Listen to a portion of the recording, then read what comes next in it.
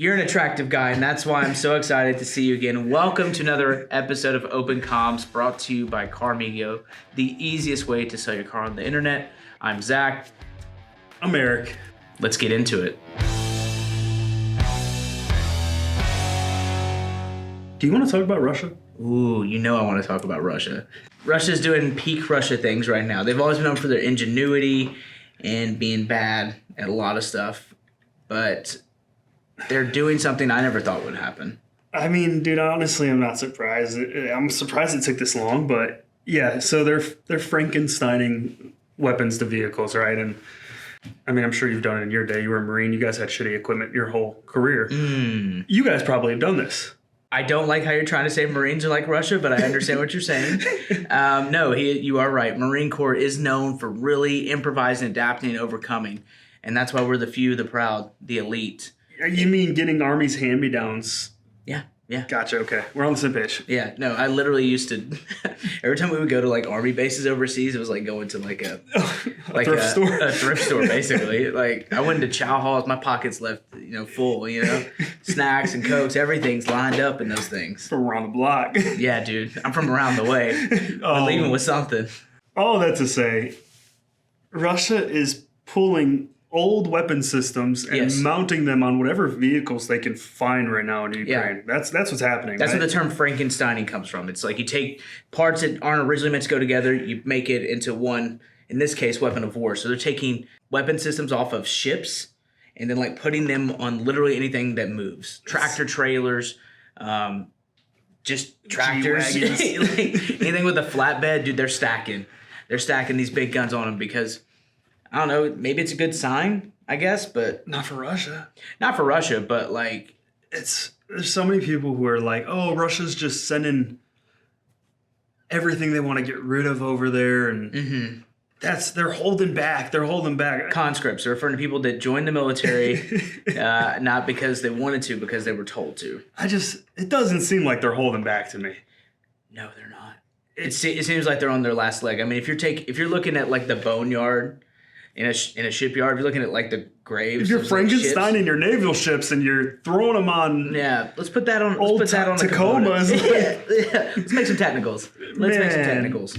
So I guess good news for Ukraine is that this 3-day war is still going on and Russia's running out of equipment. Who's not running out of equipment? Ukraine. Ukraine is not running out of the equipment at all. I mean, as reported by We Are the Mighty, on May 19, 2023, the G7 summit in Hiroshima, Japan. So Ukraine got invited. Yeah, they got invited, and they greenlit the transfer of F-16s to Ukraine. Which is kind of insane considering Ukraine's been told no at least 100 times they're not getting F-16s. They're not. No air. No, dude, it's not happening. It's not happening. You're not getting F-16s. Not a chance. Stop asking. Dude, for real. This is like... Insert the meme of Zelensky in the White House. Looks like me, and waiting. Biden just at the desk. Dude, no, this is... Insert a meme of me telling my son, no, he can't have something. Yeah. And him asking over and over and over. And then eventually I'm like, all right, you can have it. That's what just happened. Yeah, I like the one of President Biden writing a check and his like looking up in the sky. It reminds me of like when you're waiting on your parents to like give you like the fundraiser stuff and you're like trying to like win Accelerated Reader or something. And they're just like standing there like, come on, dude, this is the longest time ever. Dude, it's insane. But in the other side of this, it's like, okay, well, what is going to happen next? What's your take? Because Russia is literally Frankensteining weapons to vehicles. We already know everything that went down with their ammo and armor so far. Meanwhile, Ukraine now has F-16s at their disposal. Hopefully, both the things together are an indicator that there is some sort of conclusion that's coming. As someone who's not a military tactician, I will say that it doesn't bode well for Russia. At the same time, it is concerning that the world is now arming Ukraine. I don't think they're going to step that back. I don't think they're going to slow that down in any way, shape, or form. We are fully invested as a country, and like that's NATO, so it's basically us. Like we're dumping a lot. It's no longer a proxy war by my estimation. It's like a full-blown conflict that we have vested interest in. We're giving them planes. Like, that's not something that we get back. I mean, just ask everyone in Afghanistan. We like literally left that stuff there. No, it's and then you tie that with the fact that like Putin's in a position to where like he has no resolution other than to move forward. I mean, I don't know if he's like willing to settle if they give him some land in Ukraine or whatever, but I highly doubt it. Like, I don't see a favorable outcome on any side. Well, and that's exactly what's happening now, right? One of these guys is going to have to walk back on what they've said, because Zelensky has straight up said, we will not come to terms unless all of Ukraine is restored. Yeah. Putin has said, I'm not restoring all of Ukraine. I'm not about that life. Yeah. And it's like, okay, well, this seesaw is starting to kind of even out here with Russia continuing to expend all of their resources and Ukraine just getting resources poured into them. And it's like, okay, well, now you guys are going to have to come to the table, and China's trying to build that table right now. They're building right? the table. China's building the table. They want it to be their table. Oh, yeah. Which is important. It's important who builds the table, because usually U.S. builds the table. We're usually the mediator, the moderator for all of this, and China's trying to take another position there of an equal to the U.S. in global affairs. But someone's going to have to bite their tongue and say, okay, yeah, I'm going to secede on what I said. Yeah, I don't think it's going to be Putin. I don't see it being Putin either, which is bad news for everyone, considering the previous, was it Russian prime minister or something? I don't know. But he just came out last week saying this is leading towards nuclear. Well, dude, here's the thing. They've been fighting in, like, the coldest environment known to man. Like, it's been bad. Trench warfare. They're set up in defensive positions.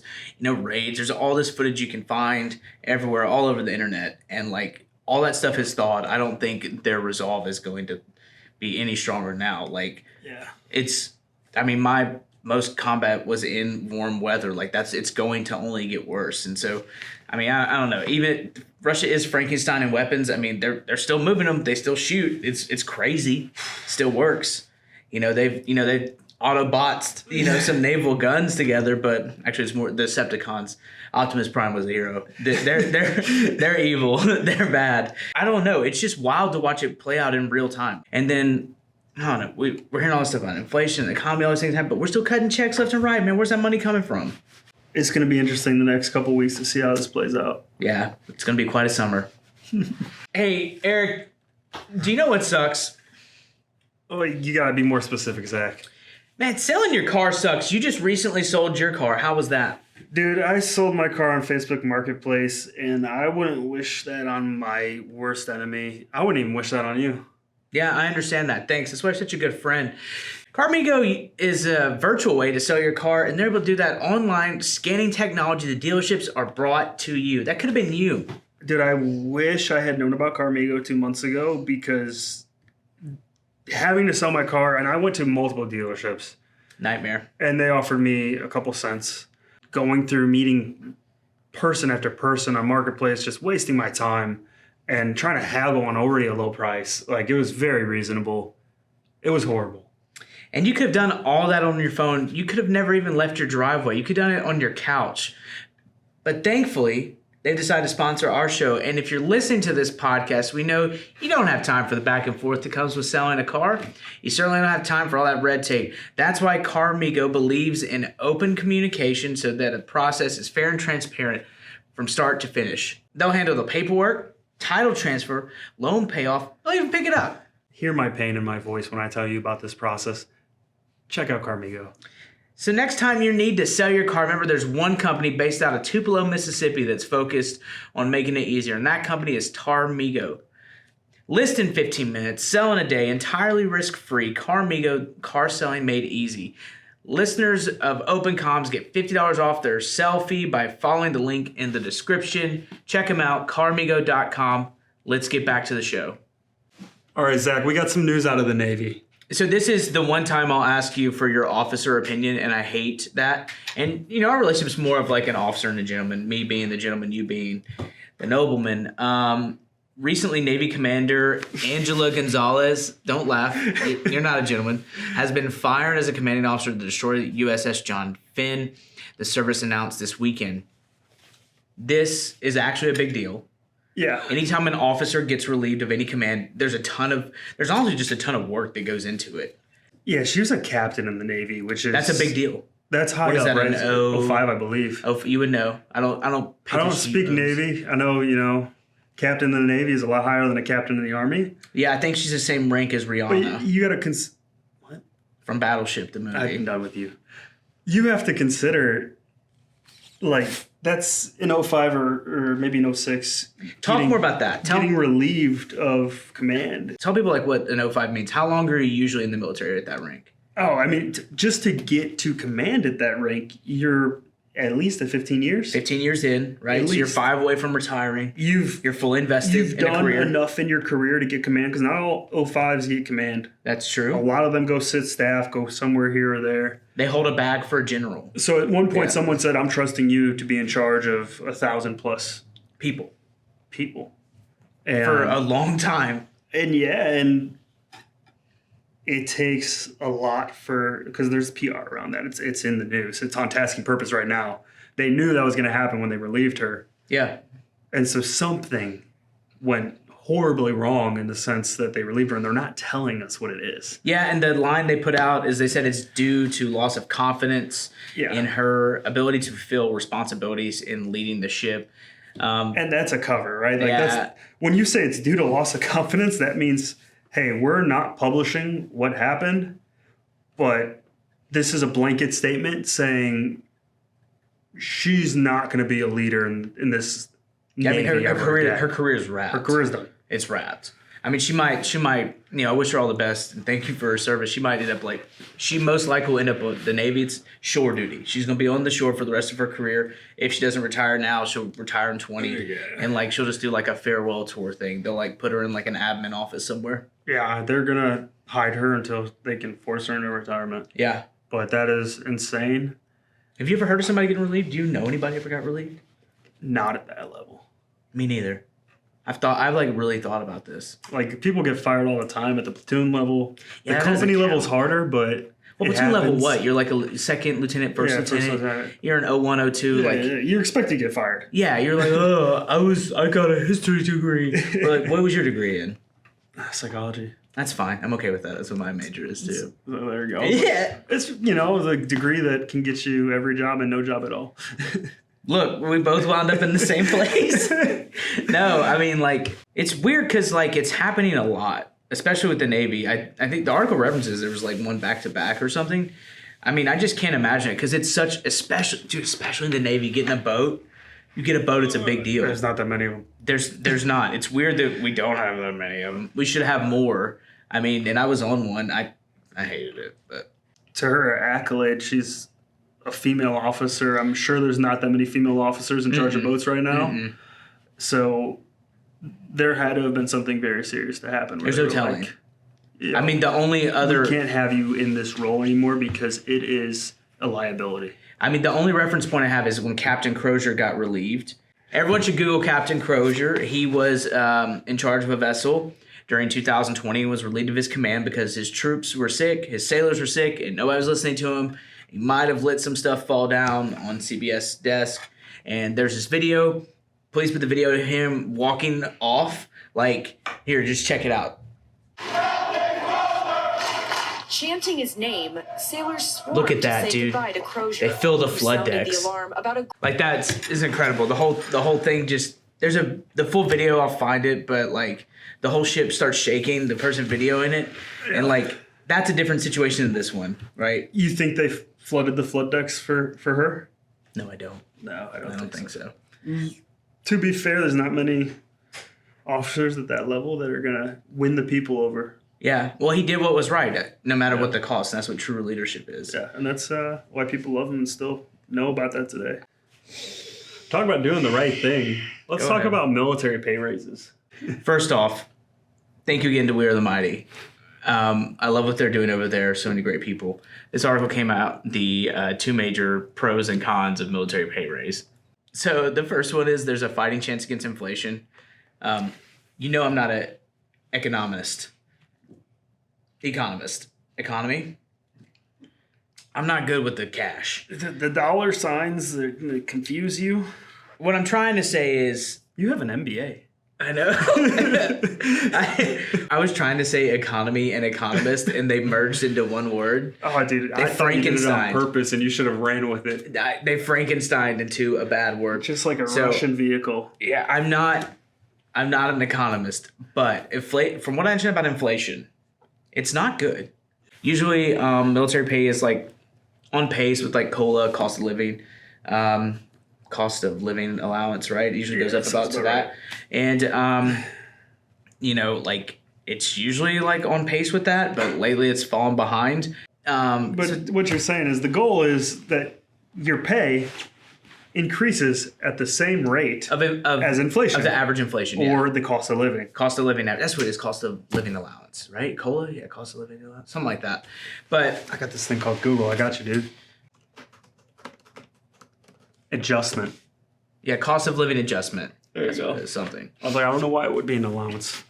Well, it's cost of living adjustment. I was close. You were very close. So saying that's a pro. Another pro, possibility of improving recruitment. They really need to improve recruitment. It's at an all-time low. It's insane how bad it is. But then the cons. The first con listed is military pay raise can put more strain on the federal budget. We're not going to talk about that right now. We're just going to get to the second con. The second con is the raise isn't enough. Here's how I feel about that. Tell me. From the bottom of my heart and the deepest of my being, I don't care. I don't care about the strain the military pay puts on the federal budget. When we found a way magically, as if out of thin air, to put F-16s in the air for Ukraine, I don't want to hear it. We are actively engaged in a proxy war with Russia. I don't want to hear your thinly veiled reasons about how that's going to create a strain on our economy and the budget's going to be tough. I don't care. I don't care. I really don't care. It's wild. My skin's starting to burn. Here's my problem. When we start looking at the military, and this has been happening for a while, they talked about the VA benefits, how it's created. The Washington Post put out a very thinly veiled propaganda piece. In summation, you can read it. I did a video on it too. But basically, they do qualifying factors of why they owe us as Americans for not letting the budget go bad. Like, yeah. And it serves a higher purpose than like paying veterans their benefits. Right, so it's already out there. They're trying to like circulate these ideas and it's priming and conditioning to get you used to the idea that like, yeah, if we're good Americans, we need a balanced budget. Yeah, we need to balance a budget. Not like, I don't know, as long as we're ever. We should probably look into that. By the way, we're sending airplanes to Ukraine to fight Russia. No one blinks over that. Like Zelensky's, he's the real life version of Blank Check grown up. Like he's got water slides in his mansion. It's going pretty well for him. He's got a U.S. trust fund. Yeah, it's great. I mean, I wish I had that gig. And this is all news. Like, this is all happening right now. Right now. 1 second, we're talking about, we're sending F-16s to Ukraine. Yes. And it's not just going to be us. It's going to be other NATO nations. But, like... We're in charge of NATO. F-16s we told them. No one wanted to send F-16s to Ukraine. Who is in charge of NATO? Yes. Okay. U.S. Us. USA. And in the same week... They're like, whoa. The troops need a pay raise? Hang on, guys. We were thinking about cutting their shit. Why should they have to have, what was it, cost of living adjustment? Adjustment, yeah. Why should they be equal and part of that? They're just serving our country like bums. How about instead we send a few birds to Ukraine, right? We send them a few birds in the air. Because have you seen the Frankenstein weapons? If we keep pushing this, we'll just send them to war. And they'll get hazardous duty pay. Yeah. You're welcome. Sounds like they're asking to be sent to war. That's what they're talking about. Let's be real. I think they're asking to be sent to war, bro. Yeah. It's weird to see us having surplus money for things that don't have anything to do with us, but we can't find enough money in the budget. Yeah. A budget is something you stick to. We don't stick to a budget, so I'm not calling it a budget anymore. We can print money for that, but we won't print money for this. For the troops or for VA benefits, those are all things that are being proposed. It just goes to show you that like veterans in the military are we're always used as props as framework for some political ideology that doesn't really have our best interests at heart. But that's it, though. It's like everyone wants to talk about helping veterans on both sides of the aisle until it comes down to writing on paper Until it's time to help veterans. that we need to commit money to this. And I mean, I'll say it again, but they got their 5% pay raise in Congress. And Finally. Finally. they work so hard. Yeah. They are true heroes. Yeah. Their job's hard. But They have the internet explained But there to isn't them. even a conversation about giving the military an equal pay raise. And it's like, let's talk this through. If you want people to care about the military and be invested into it, we had to actually invest into the military and the troops thereafter. Because, like, it's one of the things that I like working with, like, the 101st, and we like working with the 101st, is, like, they understand that, like, we're just as much as an advertisement for life in the military as recruiting campaigns, because, like, if it's not going well post-military, then nobody's ever going to want to do it. Yeah, I mean, Ever.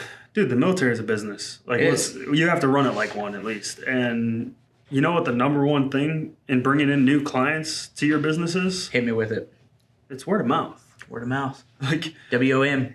and it's equal to reviews or whatever, right? But if the military had a Yelp page, holy cow! It'd be awesome. What would be your Yelp review for the Army? For the Army, you know, it gets a little bit better the farther removed I am from it. All right. But my biggest thing about the Army is it's people dependent, right? Mm-hmm. And I think that is the biggest thing about the military in general, because at the end of the day, your leadership runs your world. And if you have great leadership, because I've met so many people who do have good leadership, they love the Army. And then 2 years later, they PCS somewhere else, and they're like, I cannot wait to get out. Yeah. And it's all based on the leaders. And my big thing on if you're a good leader, you serve those above you or those below you. Right? And that's how I always looked at it when I was in, and that's What does how a I good look at leader it do? now. But like, if you're doing, and it's super appropriate for like Army work, if you're at a leadership position, because you have to fill out your OER, your NCOER, how you're getting rated at the end of your evaluation timeline, right? Mm-hmm.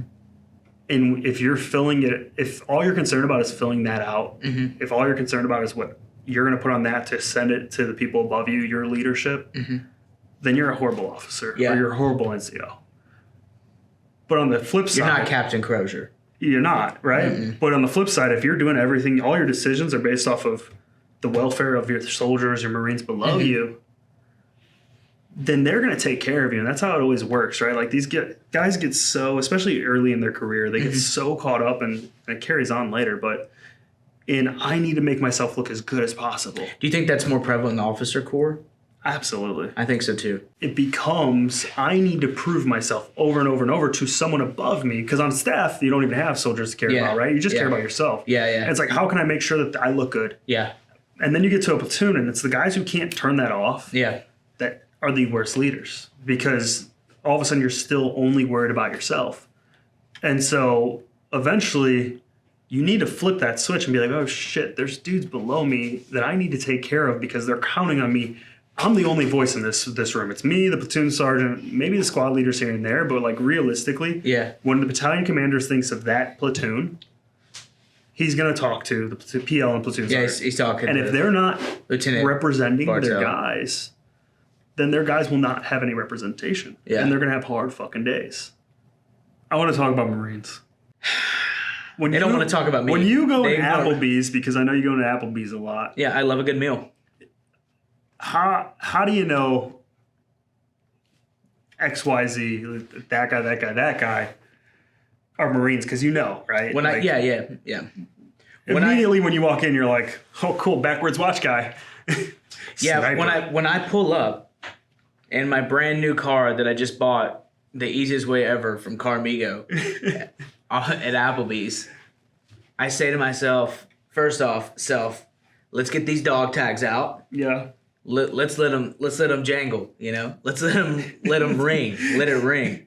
I take off the silencers because I want them to know who's showing up.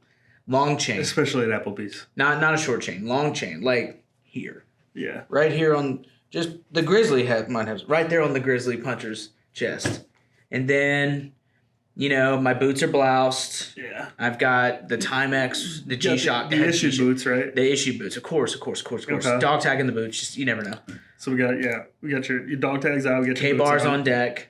You got a K-bar on the belt, right? Yeah, bro. Sideways or vertical? I like to change it up. I don't know how I'm feeling that day. If it's a hot day, sometimes I'll turn it horizontal. Sometimes I'll let it drop vertical. Okay. Yeah. So there's an article from We Are the Mighty, Look Like a Marine. So the top 5 things, according to this author, are haircut. Hard to argue with that. Yeah, that's a giveaway. I love watching any stand-up comedian who's ever been in the military.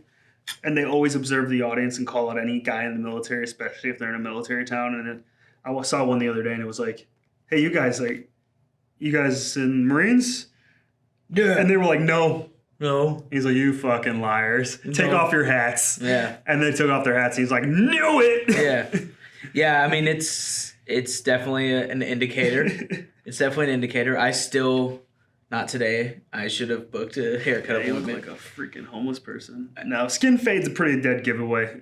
Yeah, but people have done that forever. Like, I agree. it's just I just get a low fade, long on the top. I keep But rocking. you see a bunch of military-age men with medium statures and skin fades, and you can probably assume that, especially in a military town, they're probably in. What's the second one? Second one is the EGA. The EGA is sometimes discreet, sometimes not. What is that?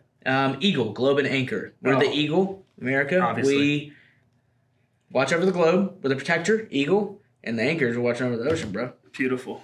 Yeah. And so, Yeah, what do you got? Nothing. Do you have tattooed somewhere? Is that I actually don't. I've thought about it. really? I don't have an EGA. They're really hard to Were do. you even a Marine? The best. I was the best one. The best one? Yeah, I'm the John Cena of Marines. So you're gonna finally get your EGA tattoos? I'm gonna keep it discreet. I'm thinking The neck. booty. Oh, okay. Neck. Just some that way. Hey, it's you. What? Yeah. What?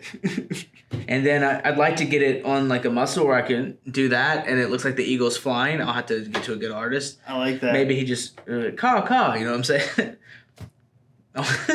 Protecting the USA. Watches or bracelet is number 3. Makes sense. I think dead giveaway of any military guy or guys played too much Call of Duty is wearing their watch. Upside down. Yeah, flipped. So every You don't time give away your position. they're sitting in a crow's nest, they know what time it is. Yeah.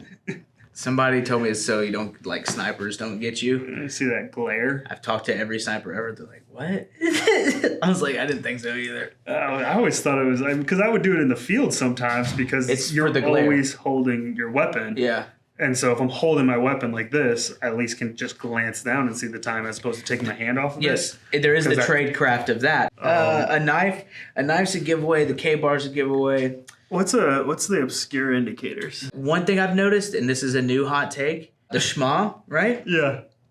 It's the dog tags of the GWAT. It is. Like, people used to find a way to let their dog tags hang because whatever. Now you see a guy like wearing the schma thing. Is Yeah. that how you even say it? I just call it a schma. I think so, yeah. A schma. I wore one. I still have it because I was in Afghanistan. I was just saying I had one in country. Well, yeah, because you're a plate carrier. You have nothing on the back of your neck and you're out on patrol for hours on end. When you're just breathing in moon dust. Yeah, literally, it was wrapped right here. It went like that, and I would punch out and go to work, is what they would say. I think those are some good ones. I mean, other than that, yeah. I mean, I'm curious because I know there's so many more. I'm curious what people notice. I need people to comment that. We need the comments. We need people to be like, yo, every time I'm out, if I see this, I know that dude served. What is the number one thing? Like, I want the obscure ones, though, because, if someone has a multicam backpack, okay, giveaway if they have any of that stuff. Like, what's the obscure stuff that you're like, got you, Yeah. subtlety? that guy's cool. Because, anyone can spot a brand new private with a dog tag in their boot. That's all for us here at Open Comms. Thank you for joining us, and thank you again to our sponsor, Carmigo, the easiest way to sell your car on the internet, carmigo.com. Yeah. Honestly, though, not even just because they're a sponsor, it is so much better than selling your car at a dealership. It's just not having a hassle is key as far as just I'm gonna sell my car. This is the price they're gonna give me. Yeah. They're gonna come pick it up, and you're done. Like that's such a good situation because selling a car is so damn stressful. It is, and two great things came out of Tupelo, Mississippi. Elvis Presley and carmigo.com. Check them out. Thank you. Like, comment, subscribe. That's it. Leave some comments about obscure indicators of if someone is in the military or is a veteran. Yeah, how can you tell someone didn't have a college scholarship? Comment below. Let us know. Thank you so much. We'll see you next week. Later.